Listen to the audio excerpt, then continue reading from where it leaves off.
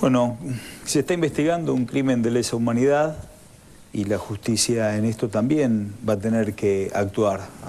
Últimamente vemos como hay algunos fallos judiciales que son muy sensibles a los intereses del grupo monopólico y que estos temas como el crimen de lesa humanidad o la apropiación de chicos, la imposibilidad de hacer un ADN, como hay una justicia para el resto de los mortales y otra justicia para el grupo monopólico. Entonces me preocupa mucho esa situación y bueno, y también creo que el modelo de país que quiere el Grupo Clarín es tener dirigentes que ocupen lugares institucionales como la diputada Silvana Giudice, que es la presidenta de la Comisión de Libertad de Expresión. Yo creo que tendría que ser la presidenta de cualquier otra comisión, menos de la de libertad de expresión. Pero el mundo que quiere Clarín, o la Argentina que quiere Clarín, es esa. Una presidenta de la Comisión de Libertad de Expresión que sea como Silvana Giudice, que responda a los dictámenes de los gerentes y del señor Manieto. Bueno, no se conforman con eso, van a querer tener un presidente de la Argentina que haga lo mismo que Silvana Giudice en pequeña escala en la Comisión de Libertad de Expresión. Julio, estaba pensando recién también sobre las declaraciones de Saguier, ¿no? Diciendo, me dijo, y además tapa de la revista Noticias, me dijo tal cosa, como si esto en realidad fuera, digamos, una verdad, ¿no? Y una verdad comprobable. ¿Cómo lo ves? No, yo veo que hay dos posiciones muy claras. Primero, los que se están defendiendo, porque hay que decir, son, como bien decía Gabriel, están sospechados, con muchísimas pruebas, de ser partícipes en delitos de lesa humanidad, ¿no? Partícipes necesarios. Esto yo ya dije lo que pienso, porque yo sé cuando estaba preso lo que me dijo, por eso voy a declarar, soy testigo en la causa de La Plata. Me han puesto por lo que yo sé de Isidoro Caibe, que por otro lado ha desaparecido, ¿no? Ya lo usaron, pero yo digo que lo que son los diarios evidentemente están operando en legítima defensa, digamos, ¿no? Están ejerciendo su defensa, pero usando medios de comunicación tremendo, digamos, ya no informan. Julio, pero ¿te parece legítimo? No, me parece un disparate. Ah, ok. Pero lo que hay que ver... No, porque hay formas de defenderse. No, pero lo que hay que ver... No, pero los medios no están para defenderse, están para informar. Entonces están usando a esos medios de prensa como herramienta de defensa, mintiendo. Obviamente, el que no tiene argumento, cualquier persona acusada de un delito no tiene argumento, miente. Y esto están mintiendo, están operando, están transformando a las víctimas en victimarios, llenándola de sospecha. Eso por un lado. Y segundo lado, después es todos los empleados de esos medios que son esta clase política o estos operadores de la oposición que son funcionales a los que le mandan a hacer todos estos sectores. Me parece que desde ya, si uno mira desde el sentido común, ya han perdido tanto la chaveta, ¿no? Por decirlo popularmente, están tan en evidencia que creo que hay que estar muy metido en los mismos negocios que ellos, o vivir adentro de una burbuja, ¿no? Para no darse cuenta ya lo que es a todas luces obvio y que evidentemente están tratando de trabar la investigación, de dar vuelta a algo de que todo indica que han sido partícipes. Porque una cosa que sí creo que hay que repetir, la dictadura militar fue la herramienta de intereses económicos. Y entre esos intereses económicos claramente están estos grandes medios informativos que han utilizado a la dictadura para cumplir sus fines. Eduardo. Es mucho lo que está en juego. Es decir, podemos decir que lo más valioso hoy día es el conocimiento y la difusión del conocimiento. De manera que perder la hegemonía que han tenido hasta acá es perder una buena parte, por no decir todo, el poder que han ejercido en función de sus intereses particulares, ¿no? Creo que llegar a estas bajezas de adjudicar calumniosamente una conducta inexistente, algo que también configura un delito público, porque es la falsa denuncia, que es perseguible por el Ministerio Público. Yo creo que estas dos opciones, la que tiene personalmente Lidia Papaleo como la que tiene el fiscal, deben ser ejercitadas para que de alguna manera haya un freno a estas conductas totalmente desmedidas. Pero tengamos en cuenta que efectivamente lo que está en juego acá es el factor más importante de la economía, el conocimiento.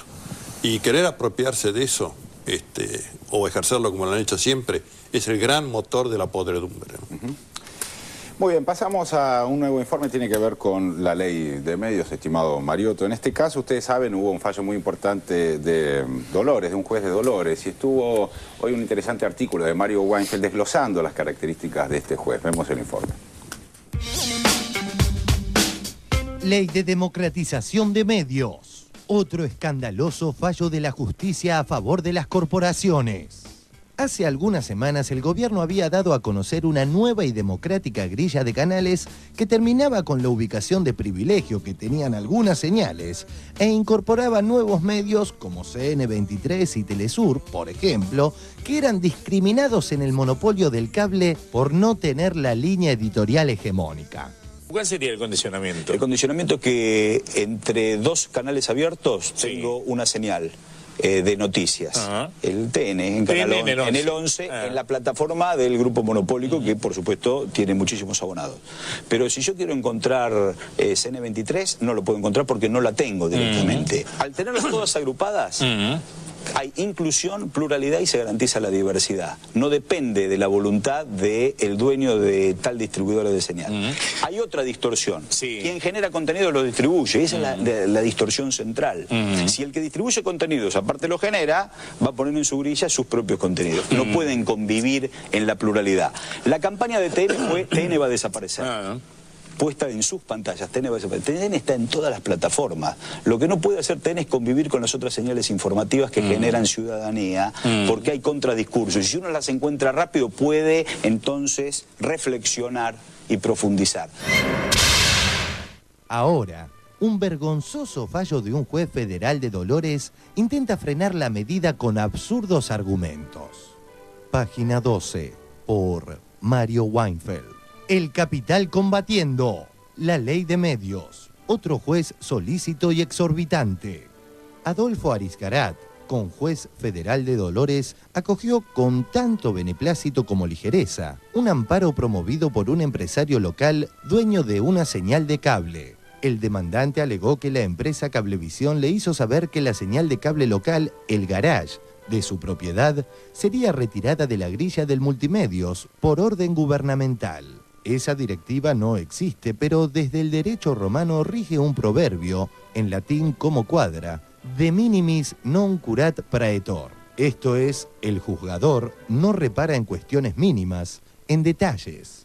En este caso, el detalle es que se litigó contra una norma virtual, apenas contra una amenaza de la empresa oligopólica, pero la sentencia condena al Estado. Hizo lugar como rayo al reclamo sin limitarse al caso que le fue sometido. El empresario de Dolores, que instaba a los tribunales por un virtual conflicto con la grilla local, obtuvo como por arte de magia una sentencia de alcance nacional. El fallo, por decirlo en términos técnicos, oscila entre ser una vergüenza y una canallada. El sentenciante exorbita a niveles absurdos su competencia, sin que medie prueba del agravio, sin que haya acto jurídico estatal, sin que se explique por qué un litigante queda investido de legitimación para representar a todos los empresarios de su rubro.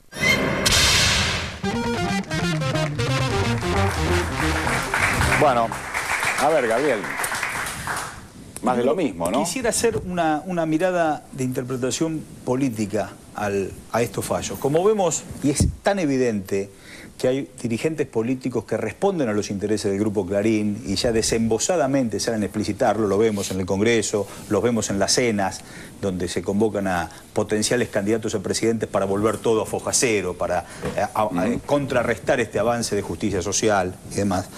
A mí me preocupa que haya jueces que estén en esa misma línea de transitar por las directivas del grupo monopólico, porque, vuelvo a repetir, ADN para los chicos es imposible que un juez, ni una medida cautelar, entre comillas, obligue a que se saquen sangre para dar cuenta de la verdad de la sospecha que tienen las abuelas.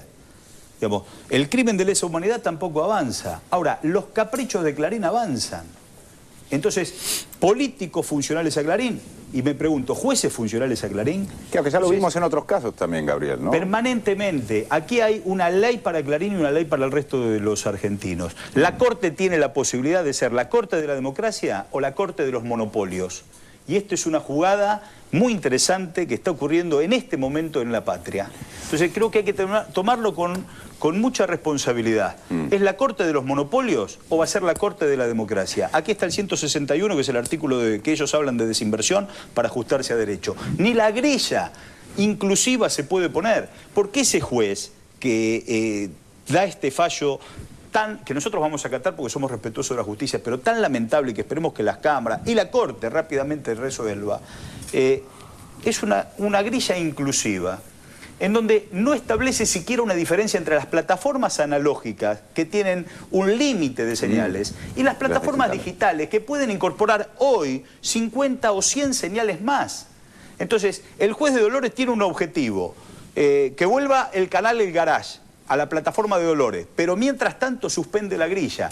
Y no solo suspende la grilla con la inclusión de nuevas señales que sí sus plataformas digitales pueden permitir, sino que ni siquiera las deja agrupar por género, porque aquí hay un objetivo, que no haya contradiscursos. Eduardo, ¿qué opinión sobre el fallo? Bueno, empecemos por decir que el Poder Judicial es parte del gobierno federal, por lo tanto hace política, es decir, aunque a veces gustan de decirse como independientes y ajenos a la política, los fallos son esencialmente políticos. Hace unos años en un reportaje el doctor Enrique Petracchi dijo que el juez que no supiera que hace política es como un cangrejo que no supiera que es un crustáceo, ¿no? Bueno, entonces hacen política. En estos casos, obviamente uno dice hacen muy mala política porque van contra una disposición que ha tenido un largo debate en la sociedad, ha sido tramitada, tuvo su debate en el Congreso de la Nación, sancionada, puesta en vigor, eliminado un fallo genérico que suspendía la aplicación de toda la normativa y a pesar de eso se siguen reproduciendo estos pronunciamientos.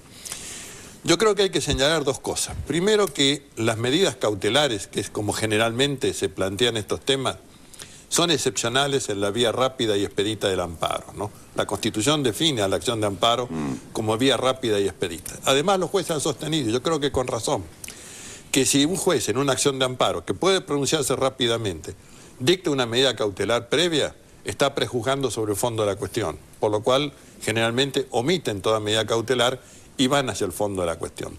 En definitiva, que si un amparo tramitara como tiene que tramitar, en un mes tendría ya una sentencia donde el juez adquiere una responsabilidad doctrinaria, política, institucional con lo que resuelve, ¿no? En cambio acá lo que vemos son una proliferación, cataratas de medidas cautelares, y lo único que le interesa a la parte que propone la acción es la medida cautelar, no el fondo, porque el fondo lo va a perder. Pero mientras con la medida cautelar va trabando, va desgastando, bueno, evidentemente esto solamente tiene una vía institucional para su remedio, que es la denuncia de los jueces que han hecho este mal uso, primero de la acción de amparo, desnaturalizándola, y luego de las medidas cautelares en la acción de amparo, que bueno, vaya, son excepcionales y limitadísimas para no caer en ese prejuzgamiento. En definitiva, el amparo es cotejar un pedazo de texto con una norma superior. Para esto no se necesita nada, se necesita nada más que escuchar a las partes y resolver. Sin embargo, en lugar de eso, dictan medida cautelar suspensiva. No resuelven, pero entorpecen. Y esto me parece un caso emblemático de mal desempeño. Estimada Sandra.